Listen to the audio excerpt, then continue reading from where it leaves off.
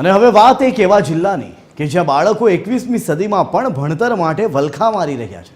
જી હા, છોટાઉદેપુરમાં સૌ ભણે સૌ આગળ વધેના સ્લોગન જરૂરથી લાગેલા છે, પરંતુ વિદ્યાર્થીઓ માટે પાયાની સુવિધાઓનો પણ અહીં અભાવ છે।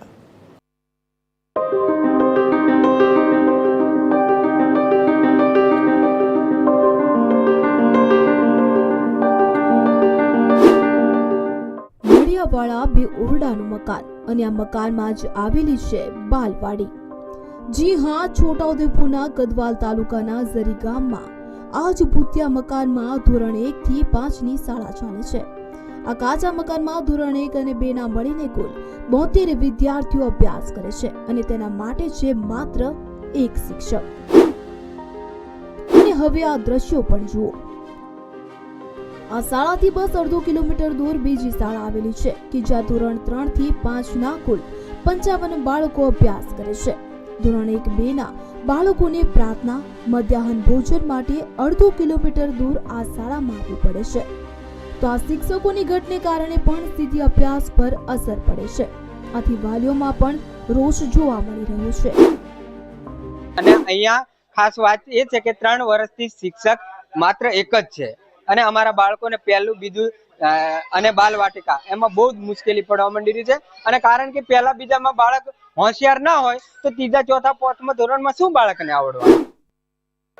આ તો સવારે પહેલા પ્રાર્થના કરવા આવે છે અહીં, પછી 1 કિલોમીટર દૂર ચાલતા જાય છે, પછી પાછા જમવા બપોરે અહીંયા આવે છે, પાછા જમીને પાછા 1 કિલોમીટર ચાલતા ભણવા જાય, પાછા ફરી પાછા 4 વાગે નાસ્તો કરવા પાછા અહીંયા આવે, ફરી પાછા થઈ જાય તો અમારા છોકરાઓનું ભણતર આવવા જવાનું પૂરું થઈ જાય। 3-4 ધક્કા થાય છે આખા દિવસમાં, એટલે આખા દિવસની અંદર આટલા ધક્કા ખાવા કેટલું ભણતર બગડી જાય।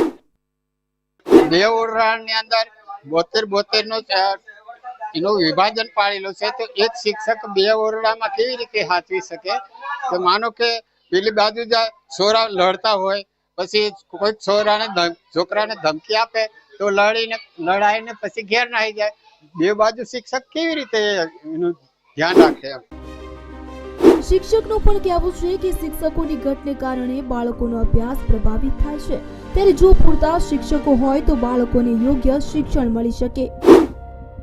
તો અહીંયા કુલ સંખ્યા 128 છે અને 5 નું મેકમ છે, અને 3 શિક્ષકો બરાબર આવે છે। અહીંયા હું એક જ શિક્ષક છું અને અહીંયા પેલા વર્ગમાં હું જાઉં ભણાવવા તો અહીંયા બાળકો ધમાલ કરે છે, અને અહીંયા ભણાવવા જાઉં તો અહીં બાળકો ધમાલ કરે છે। માટે ગામ વતી હું આગ્રહ કરું છું કે બીજા 2 શિક્ષકો ઘટશે તો અહીંયા બીજા 2 શિક્ષકો મૂકવા વિનંતી કરું છું।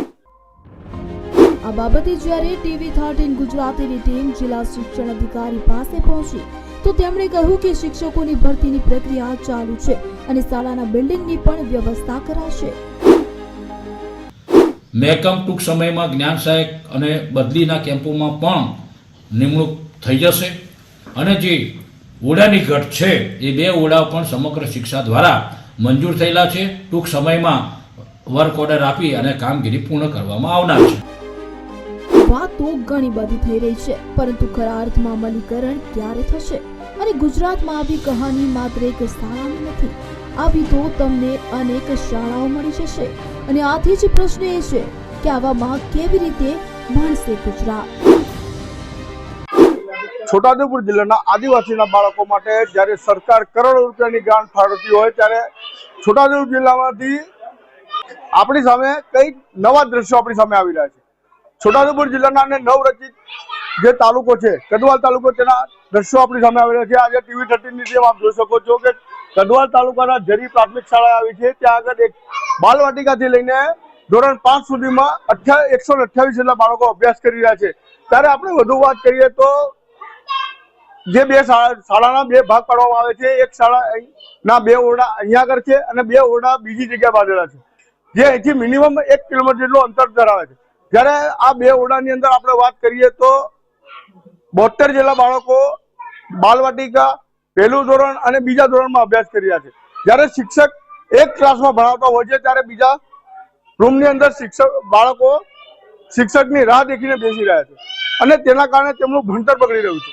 તો ગ્રામજનો માંગ કરી રહ્યા છે કે તેમને જે શિક્ષકોની ઘટ છે તે પૂરી કરવામાં આવે, નહીતર બાળકોનું ભવિષ્ય બગડશે।